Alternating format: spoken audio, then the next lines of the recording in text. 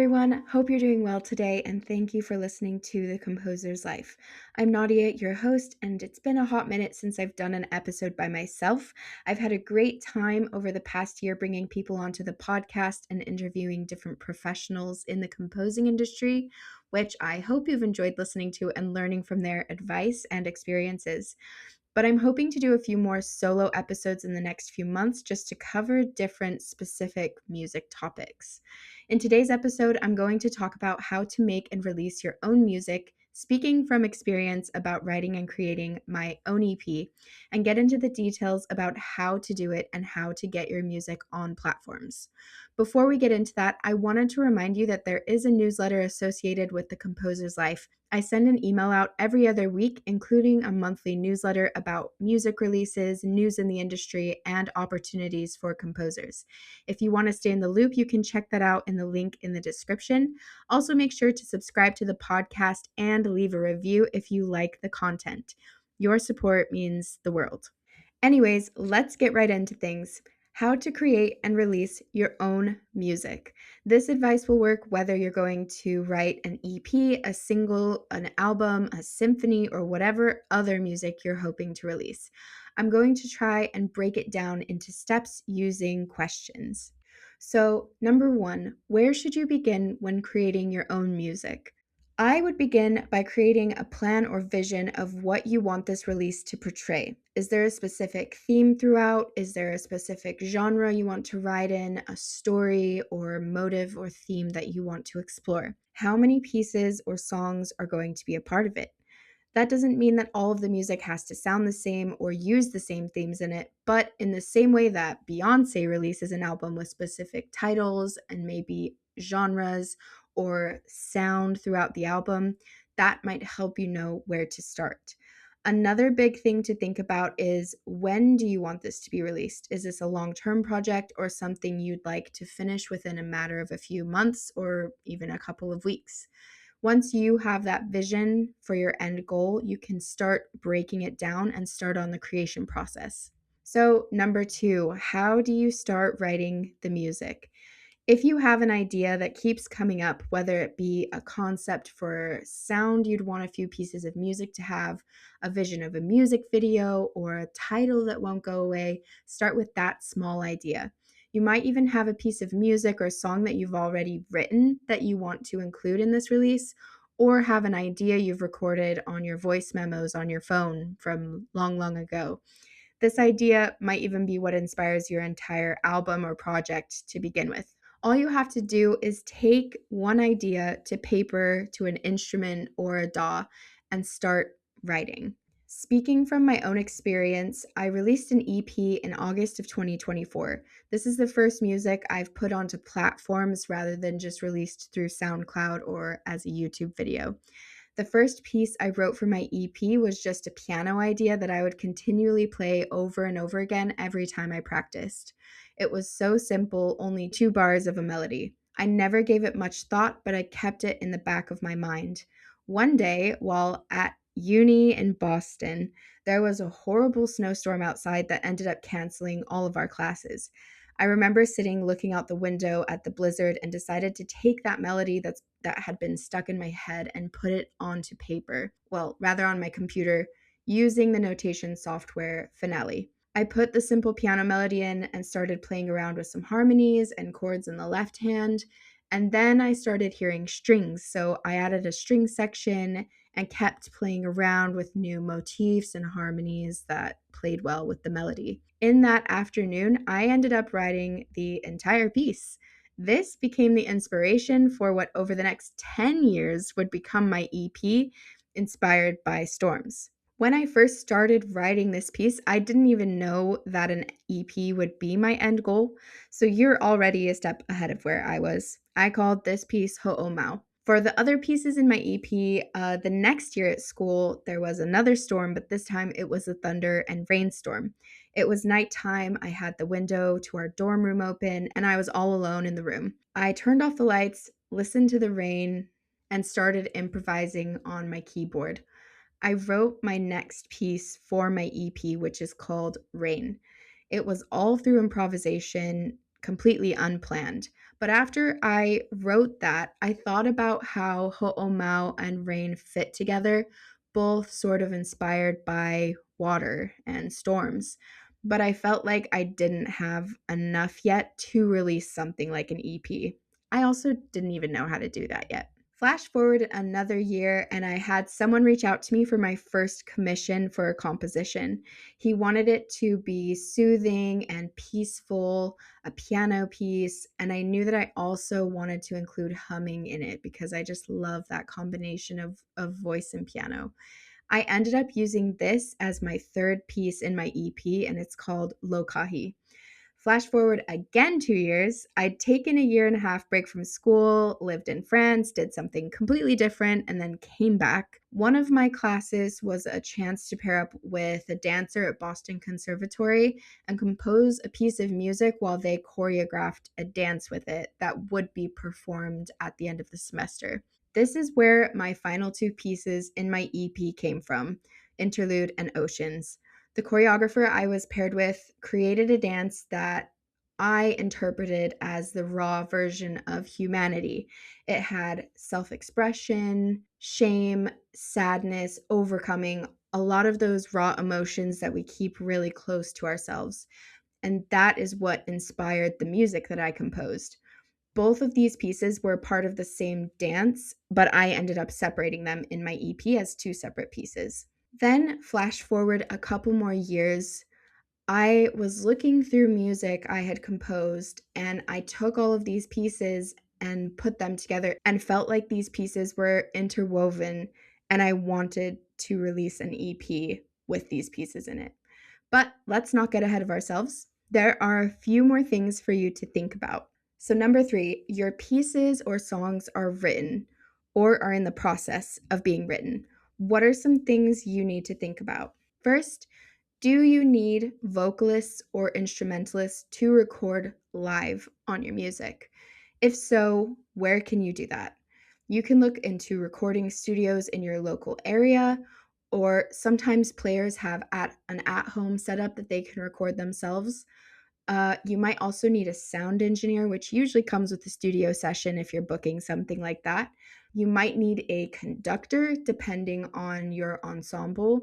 And during those recording sessions, the musicians will need music to read.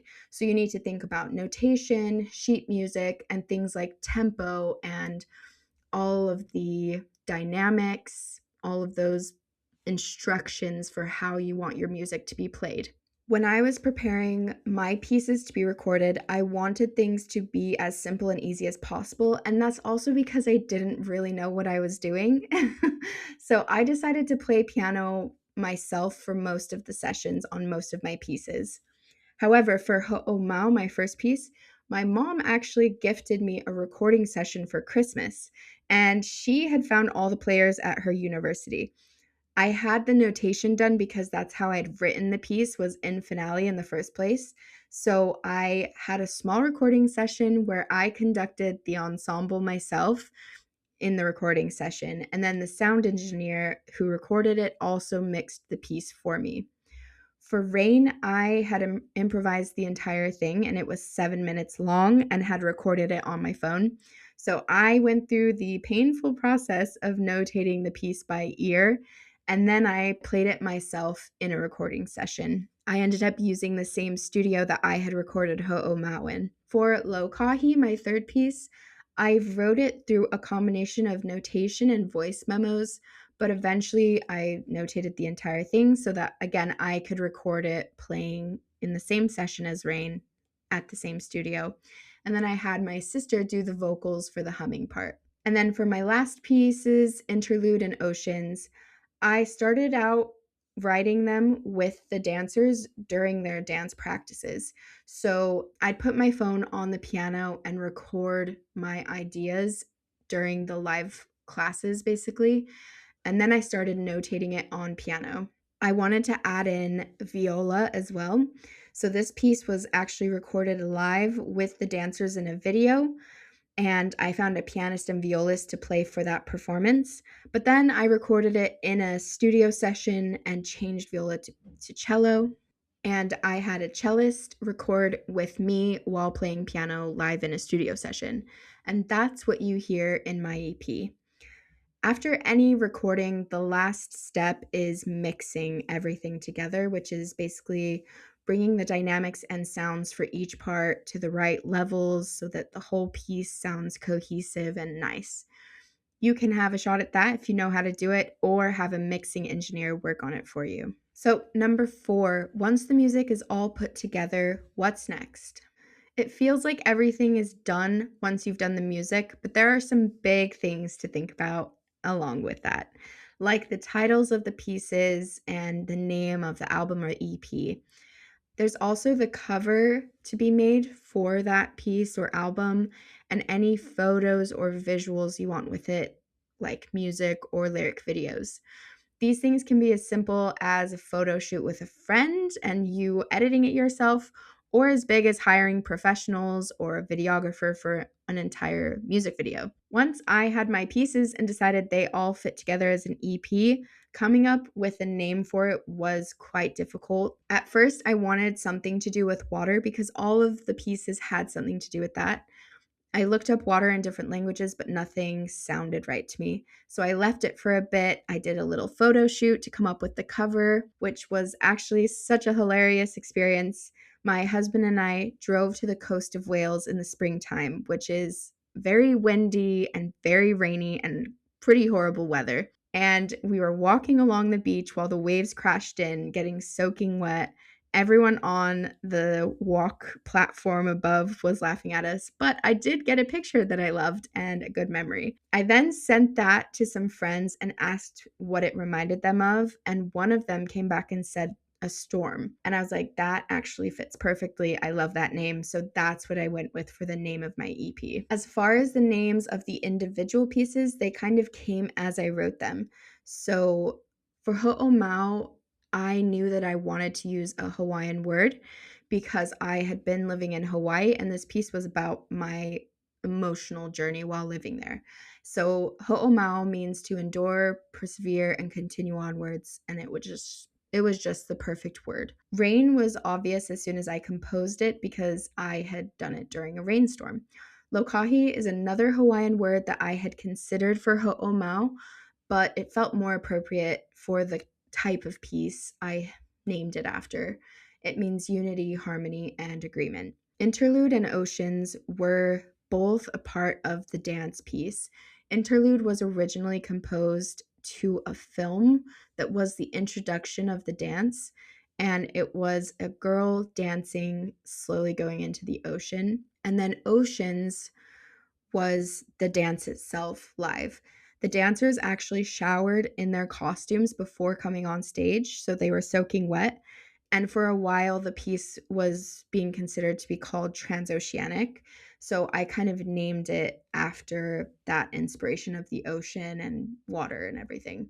I had another vision for Ho'omau from the very beginning where I really wanted a music video with dancers on a beach dancing to the music. I thought about people I knew and remembered a friend I literally had living in Hawaii who was a dancer and also studying film. So I asked her to make a music video for the piece. She took complete creative control over it because I had no idea where to even begin with that. She planned the whole thing out and edited it, and it is my pride and joy. And I absolutely love that music video. So while you're going about creating these extra things that do add a lot of value to whatever you're releasing, think about people you know already and connections that you could use. Even if you need inspiration for your cover, do you have a friend who's an artist or a photographer? And think through your roster of people you know, friends you have. It never hurts to just send an email or a message and just see where things could go. There are other things that I'd love to do with my music, but I did feel like after having a music video and my cover and the titles that was the point where I knew everything was ready to be released. So number 5, how do you release your music? If you want your music to go on platforms like Spotify, Amazon Music, Apple Music, etc., you have to go through a distributor who you pay. They put your music on all of the platforms you want. then the payments from those platforms go through your distributor to you, so everything is in one place. As far as I know, it's not possible to upload your own music yourself on these individual platforms. You have to go through a distributor. There are other platforms you can put your music up for free, though, like SoundCloud, Bandcamp, or just like YouTube videos of your music. I use the distributor DistroKid. It's the one I felt most comfortable with after doing loads of research into different options. I think whatever you choose to do, research, review, look at the reviews and pricing for their different plans, and figure out which distributor feels best to you. Another thing you can think about is copywriting your music. The way you do it largely depends on the country you live in. In the US, it does cost money, but in other places like the UK, all I had to do was mail myself a copy of the sheet music. So now I can prove that I wrote it and it has a physical date on it. You don't have to copyright your music, but I'd again suggest you just research it and decide what's best for you. Number 6 is, how do I get people to listen to my music? This would fall into the category of marketing. And I can't say I'm the greatest marketer in music history, nor do I have tons of listeners to my music. I'm still figuring this one out as I go, but I'm doing everything I can do that's free for me to use, which is mainly social media. So think about what would interest you when watching shorts or TikToks or reels, and think about the types of videos or posts you can make that could build up to a release. Another thing a lot of independent songwriters do is sing parts of their songs in different videos just casually in their cars or playing guitar in their living rooms. I couldn't do that because my music was all instrumental. So I planned out a little campaign to announce my EP release where I would play a tiny part of the song and have the title showing with the date of the release, or have little sections of the music video until the release day came. And then I continued to release shorts of that music afterwards. TikTok and Instagram are great for releasing short content videos, but don't underestimate the value of YouTube. And this is just advice from my own experience. It took me longer to get my reels and shorts viewed on YouTube, but I gained the most amount of followers through it, while TikTok and Instagram normally pushes new content for people to watch. YouTube pushes content based off of what someone watches, no matter how long ago it was posted. Along with that, if any of you listening have music coming out that you'd like to promote, going on podcasts and trying to get interviews from people who have platforms and listeners is a great way to spread the word.